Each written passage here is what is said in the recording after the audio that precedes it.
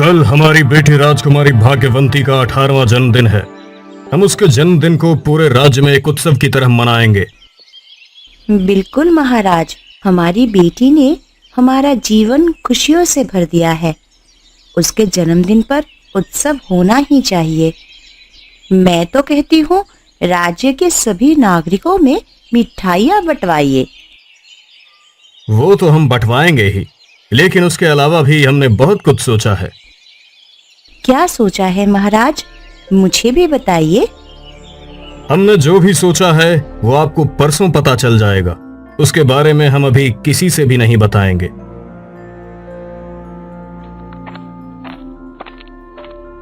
अभी जो मैंने सुना, क्या वह सच है महाराज कि उस दुर्भाग्यवती का जन्मदिन आने वाला है?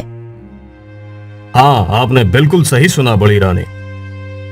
इसका मतलब हमारे राज्य पर जरूर कोई ना कोई मुसीबत आने वाली है। ये आप क्या कह रही है दीदी? मैं बिल्कुल सही कह रही हूँ आकांक्षा। हर साल जब भी इस दुर्भाग्यवती का जन्मदिन आता है, तब हमारे राज्य पर कोई ना कोई मुसीबत भी आती है। इस बार न जाने हमारे राज्य पर कौन सी मुसीबत आने वाली है।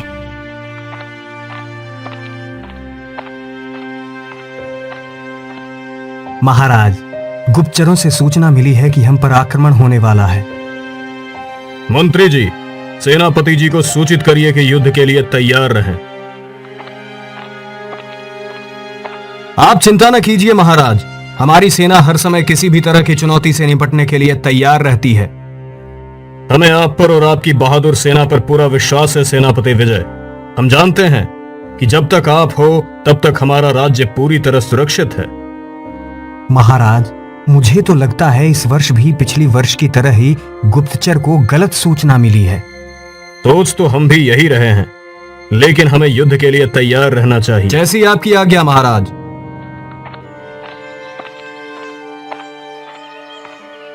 जब से उस मनहूस का जन्म हुआ है, तब से हमारे राज्य पर मुसीबतों का पहाड़ टूट पड़ा है।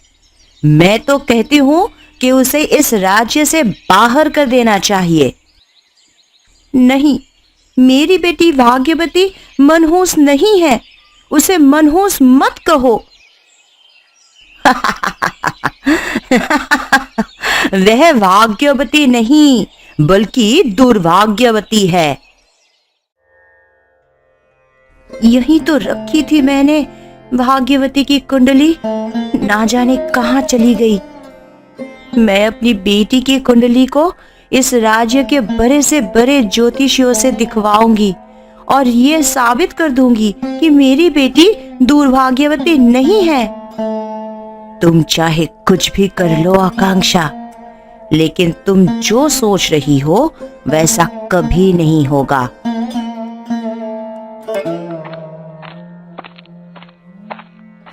हमारी प्यारी बेटी भाग्यवंती को उसके 18वें जन्मदिन की बहुत बहुत बधाइयां।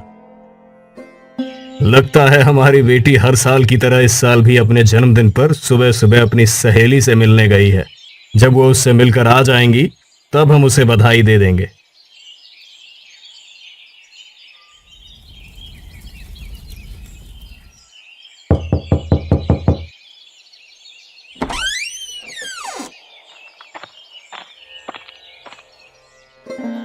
मैं तुम्हारी ही इंतजार कर रही थी।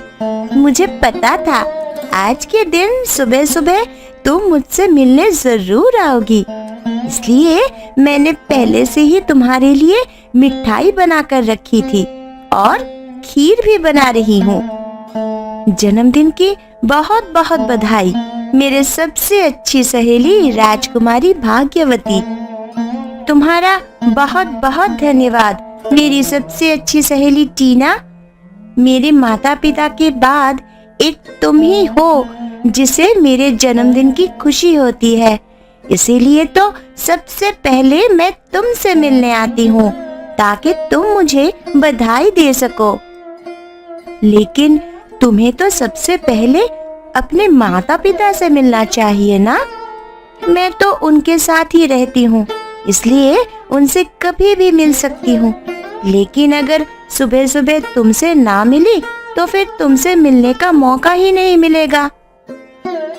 ओह, तो ये बात है।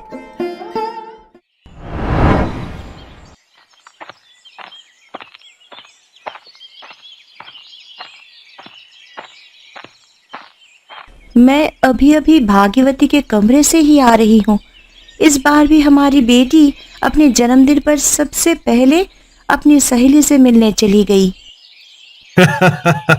हमें ये बात पहले से पता है, क्योंकि हम आपसे पहले उसके कमरे में गए थे। मैं आपसे एक बात कहना चाहती हूँ महाराज। क्या बात है, कहो। महाराज, मैं चाहती हूँ कि आप हमारी बेटी की कुंडली को राज्य के सभी बड़े ज्योतिषियों को दिखाइए।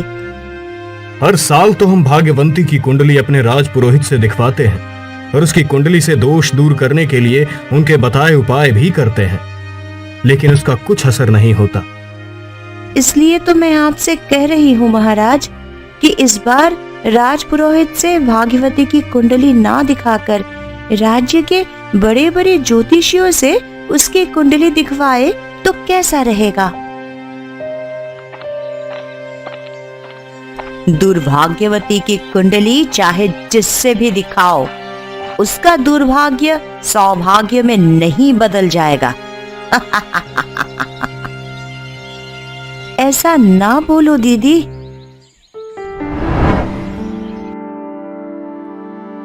महाराज, आज राजकुमारी भाग्यवती कहीं दिखाई नहीं दे रही हैं। हम सभी दरबारी मिलकर उन्हें उनके जन्म दिवस की बधाई देना चाहते हैं। कहाँ हैं वो? वो अपनी सहेली से मिलने गई हैं, मंत्री जी। बस थोड़ी देर में आती होंगी। अच्छी बात है, वे यहाँ नहीं है। अगर यहाँ होती तो ना जाने किस किस पर उसके दुर्भाग्य का असर होता। महाराज, हमारे गुप्तचरों को गलत सूचना मिली थी। हमारे राज्य पर कोई भी आक्रमण नहीं होने वाला। हर वर्ष राजकुमारी के जन्मदिन के समय पर ही इस तरह की गलत सूचनाएं मिलती हैं। हमें लगता है कि कोई है जो भाग्यवंती को इस राज्य के लिए दुर्भाग्य साबित करना चाहता है। मुझे भी यही लगता है महाराज। हमारी बेटी और इस राज्य की राजकुमारी को उसके जन्मदिन के अवसर पर बहुत बहुत शुभकामनाएं। राजकुमारी जी, जन्मदिन की बहुत बहुत शुभकामनाएं। जन्मदिन की बहुत बहुत शुभकामनाएं राजकुमारी जी। आपको जन्मदिन की बहुत बहुत बधाई हो राजकुमारी जी। भगवान का आशीर्वाद सदा आप पर बना रहे। आप सभी का बहुत बहुत धन्यवाद। मंत्री जी, हमारी बेटी के 18वें जन्मदिन के अवसर पर राज्य के सभी लोगों को मिठाई बांटने का प्रबंध किया जाए। जैसी आपकी आज्ञा महाराज। आपने अपनी बेटी को जन्मदिन की बधाई नहीं दी छोटी रानी आकांक्षा, और ना ही आपने उसे बधाई दी बड़ी रानी शोभा। मुझे तो इस बात की चिंता सता रही है कि आज कहीं कोई दुर्घटना ना हो जाए और फिर उसका जिम्मेदार मेरी बेटी के भाग्य को ठहराया जाएगा, जिसकी वजह से पूरा राज्य परेशान है। भला मैं उसे बधाई क्यों दूं? हम आपकी चिंता समझ सकते हैं छोटी रानी, लेकिन भाग्यवंती के लिए आपकी नफरत को नहीं समझ पा रहे बड़ी रानी। हम जानते हैं कि राज्य पर आने वाले विपदाओं का भाग्यवंती के भाग्य से कुछ लेना देना नहीं है, इसलिए आज हम उसे इस राज्य का उत्तराधिकारी घोषित करते हैं। तो आप राजकुमारी के जन्मदिन पर यह करने वाले थे महाराज? जी, हमारी यही योजना थी। आप ऐसा कैसे कर सकते हैं महाराज, ये जानते हुए भी कि? हम जानते हैं कि हम क्या कर रहे हैं। महाराज, मैं आपके निर्णय का सम्मान करता हूँ, लेकिन भाग्यवंती की कुंडली में राजयोग नहीं है। यदि उसे इस राज्य का उत्तराधिकारी बनाया गया तो इस राज्य को उसका बहुत बुरा परिणाम भोगना पड़ सकता है। राजपुरोहित जी, मैं भाग्यवती की कुंडली अपने साथ लाई हूँ। आप एक बार देखिए, हो सकता है उसकी ग्रह दशा इस वर्ष बदलती गई हो। छोटी महारानी जी, मैं लगातार 18 वर्षों से भाग्यवंती की कुंडली देख रहा हूँ, परंतु इस बात से हैरान हूँ कि तब से लेकर अब तक उनकी ग्रह दशा बिल्कुल भी नहीं बदली। उनकी ग्रह दशा के अनुसार वो इस राज्य के दुर्भाग्य का कारण है। अगर भाग्यवंती की कुंडली से दोष दूर करने के लिए बड़े ज्योतिषी और विद्वानों से विचार विमर्श किया जाए तो कैसा रहेगा? ये बहुत अच्छा विचार है। मैं इस राज्य के कुछ विद्वान ज्योतिषियों को जानता हूँ। अगर आपकी आज्ञा हो तो मैं उन्हें राज दरबार में आमंत्रित कर देता हूँ महाराज। ये तो बहुत ही अच्छी बात है। आप उन्हें जल्द से जल्द राज दरबार में आमंत्रित कीजिए राजपुरोहित जी।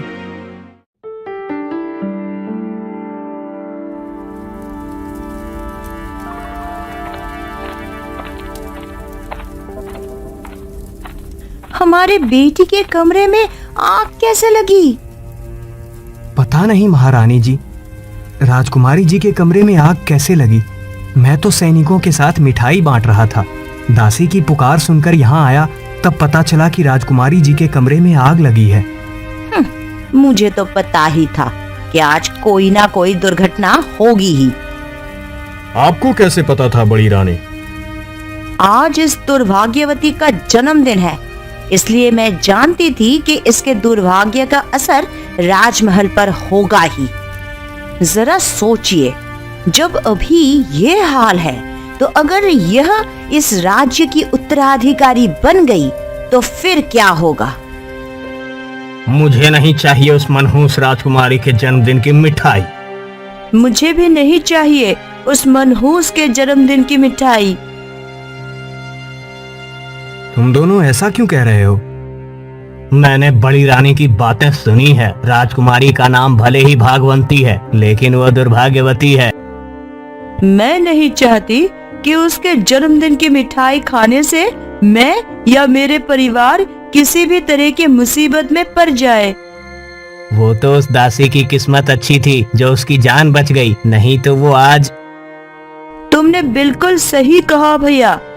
चलो भाइयों बहनों, सब अपने अपने घर चलो। हमें नहीं चाहिए राजकुमारी के जन्मदिन की मिठाई।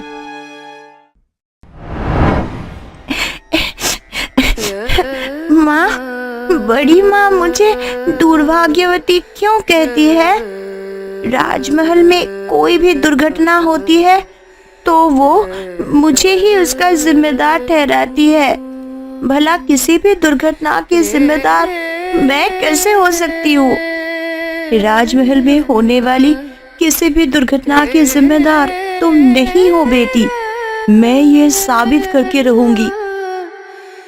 मंत्री जी, हमने ये मिठाई लोगों में बांटने के लिए दी थी, आप वापस क्यों ले आए? महाराज, कोई भी व्यक्ति राजकुमारी जी के जन्मदिन की मिठाई नहीं लेना चाहता। सब उन्हें मनहूस मानते हैं। वो कौन है जिसने हमारी बेटी को मनहूस कहा?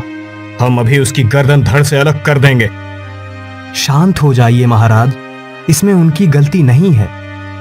ये बात तो आप अच्छी तरह जानते हैं ना मंत्री जी कि हमारी बेटी दुर्भाग्यवती नहीं है। मैं ये बात अच्छी तरह से जानता हूँ महाराज कि राजकुमारी जी दुर्भाग्यवती नहीं है। मुझे तो शंका है कि कोई है जो राजकुमारी जी के खिलाफ षड्यंत्र कर रहा है और राजकुमारी जी को दुर्भाग्यवती सिद्ध करना चाहता है। भला वो कौन हो सकता है मंत्री जी? मुझे तो राजपुरोहित जी पर शंका हो रही है महाराज। नहीं नहीं, वो ऐसा नहीं कर सकते। हमें उन पर पूर्ण विश्वास है। तो फिर वो कौन हो सकता है महाराज? इसका पता लगाना पड़ेगा। यह ले तेरे काम का इनाम। बस तू ऐसे ही मेरा काम करती जा और मैं तुझे माला माल कर दूंगी। मैं उस मनहूस को इस राज्य की उत्तराधिकारी कभी नहीं बनने दूंगी।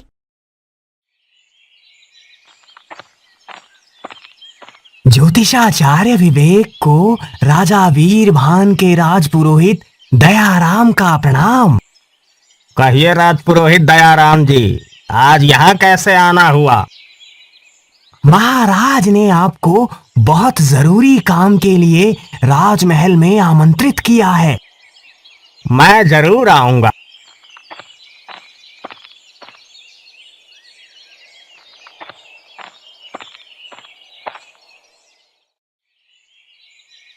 राजपुरोहित दयाराम जी, यहाँ आने में कोई परेशानी तो नहीं हुई? मेरा अभिवादन स्वीकार कीजिए ज्ञानेश्वर जी। मैंने आपको मन की आंखों से आते हुए देख लिया था। मैं तो ये भी जानता हूँ कि आप यहाँ किस लिए आए हैं, और मैं महाराज का निमंत्रण स्वीकार भी करता हूँ।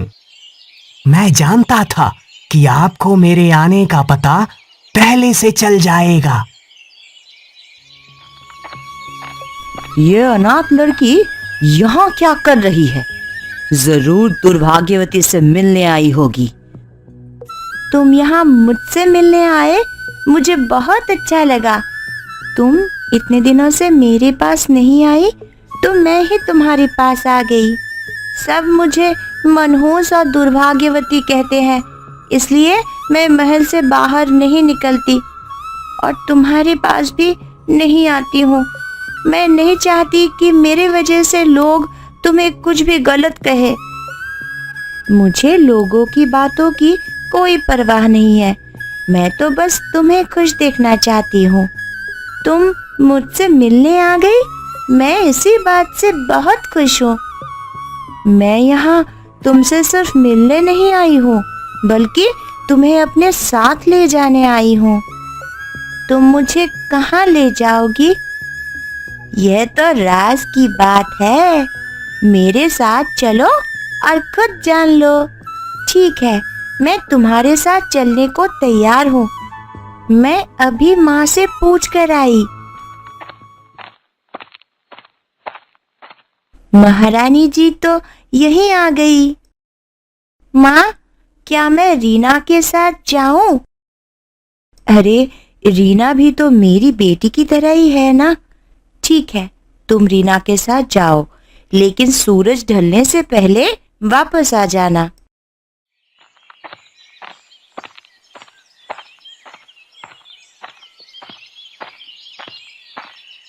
अरे, ये मनहूस राजकुमारी कहाँ जा रही है?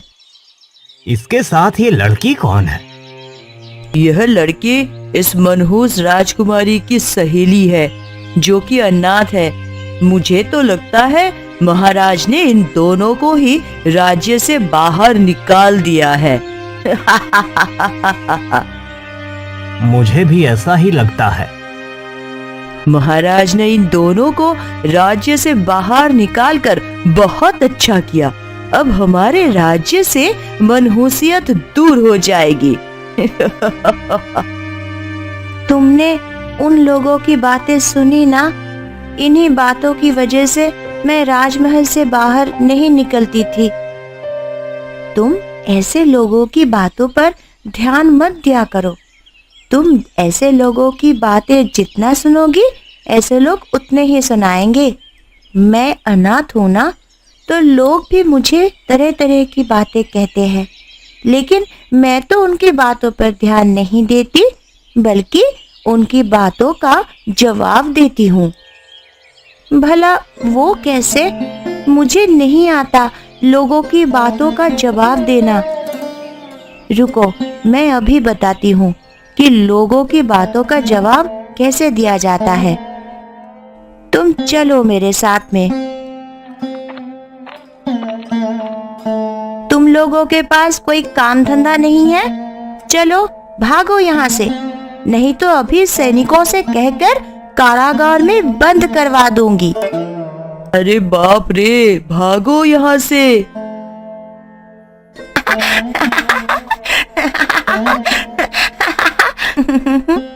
देखा, ऐसे लोगों को ऐसे सबक सिखाया जाता है। हाँ, अब मैं भी तुम्हारी तरह ही लोगों को जवाब दिया करूंगी। अब तुम दोनों यहीं रुको, मैं और भाग्यवती यहाँ से अकेली ही जाऊंगी। लेकिन महारानी का आदेश? उनका आदेश कुछ भी हो, मेरी सहेली कह रही है, तो हम दोनों अब अकेले ही जाएंगी। जैसी आपकी इच्छा राजकुमारी जी। महाराज की जय हो। आपकी आज्ञा के अनुसार मैं ज्योतिषाचार्य विवेक और ज्ञानेश्वर जी को आमंत्रित कर आया हूँ। वो किसी भी समय यहाँ पहुंच जाएंगे। महाराज, ये हैं ज्योतिषाचार्य विवेक जी। ये किसी की भी कुंडली देखकर उसके वर्तमान, भूत और भविष्य के बारे में बता देते हैं। ये हैं ज्योतिषाचार्य ज्ञानेश्वर जी। ये जन्मजात अंधे हैं, लेकिन अपने ज्ञान से बिना देखे ही लोगों के बारे में बता देते हैं। आप दोनों को हमारा प्रणाम। हमने आप दोनों को यहाँ अपनी बेटी राजकुमारी भाग्यवंती की कुंडली देखने के लिए बुलाया है। तो फिर राजकुमारी जी की कुंडली लाइए। तेरे जैसे बहुतों ने यह कुंडली देखी है, लेकिन कोई भी यह नहीं बता पाया कि यह असली नहीं बल्कि नकली कुंडली है। देख देख, तू भी देख यह कुंडली। महाराज, ये असली नहीं बल्कि नकली कुंडली है। ऐसा कैसे हो सकता है? ये कुंडली तो स्वयं राजपुरोहित जी ने ही बनाई थी। इसका मतलब राजपुरोहित जी ने ही? नहीं महाराज, आप जैसा सोच रहे हैं वैसा नहीं है, बल्कि आपके राजपुरोहित ने जो कुंडली बनाई थी उसे किसी ने इस नकली कुंडली से बदल दिया है। ये आप इतने यकीन से कैसे कह सकते हैं? हमारे राजपुरोहित जी तो हर वर्ष यही कुंडली देखते हैं, लेकिन उन्होंने कभी नहीं कहा कि ये कुंडली नकली है। इस नकली कुंडली को जिस किसी ने भी बनाया है वो बहुत ही होशियार है। उसने इतनी बारीकी से ये कुंडली बनाई है कि इसे कोई भी आसानी से नहीं पहचान सकता। ऐसा कौन कर सकता है भला? ऐसा वही करेगा जो मेरी बेटी का बुरा चाहता है, उसे दुख देना चाहता है। इसका मतलब हमारी बेटी मनहूस नहीं है। ये तो उसकी असली कुंडली देखकर ही पता चलेगा महाराज। अगर राजकुमारी यहाँ होती तो मैं उसका हाथ पकड़कर उसके बारे में सब कुछ बता देता। आपको कैसे पता कि वो यहाँ नहीं है? ज्ञानेश्वर जी को दिखाई नहीं देता, लेकिन अपनी मन की आंखों से सब देख लेते हैं। वो अपनी सहेलियों के साथ गई है, बस कुछ देर में आती ही होगी। शाम हो गई है, अब हमें घर लौटना चाहिए। हाँ, अब घर लौट चलना चाहिए। आज मैं बहुत खुश हूँ। सच में तुम मेरी सच्ची और सबसे अच्छी दोस्त हो।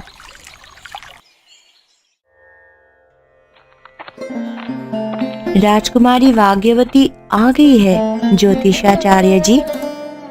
उसे मेरे पास ले आओ।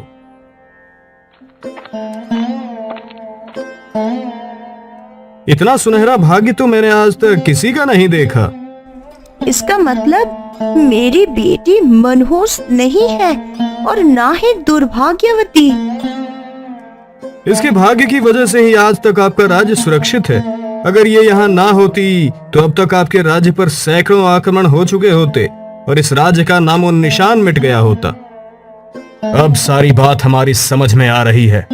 आकांक्षा से नफरत करने वाला ही उसे मनहूस साबित करने के लिए उसके जन्मदिन के समय पर ही राज्य पर हमले की झूठी खबरें हम तक पहुंचाता था। वह कौन है, उसका पता लगाकर उसे कड़ी से कड़ी सजा दीजिए महाराज। वो जो कोई भी है इसी राजमहल में रहता है। हे भगवान, अब मैं क्या करूं? अगर महाराज को पता चल गया कि वो मैं हूं तो फिर मेरा क्या होगा? मुझे इस अंधे की बातों पर विश्वास नहीं है। आपको अतिथियों से बात करने की तमीज नहीं है क्या, बड़ी रानी शोभा? मुझे तो लगता है वह दीदी है जिन्होंने सौभाग्यवती की कुंडली बदली थी, क्योंकि वही है जो उसे मनहूस और दुर्भाग्यवती कहती है। मुझे भी यही लगता है, क्योंकि राजकुमारी जी की कुंडली बनाकर मैंने उन्हें ही दी थी। ये दोनों झूठ बोल रहे हैं महाराज, मैंने ऐसा कुछ भी नहीं किया। हमें राजपुरोहित जी की बातों पर पूरा विश्वास है। सैनिकों, बड़ी रानी के कमरे की तलाशी ली जाए। हम आपको आपके किए की सजा जरूर देंगे।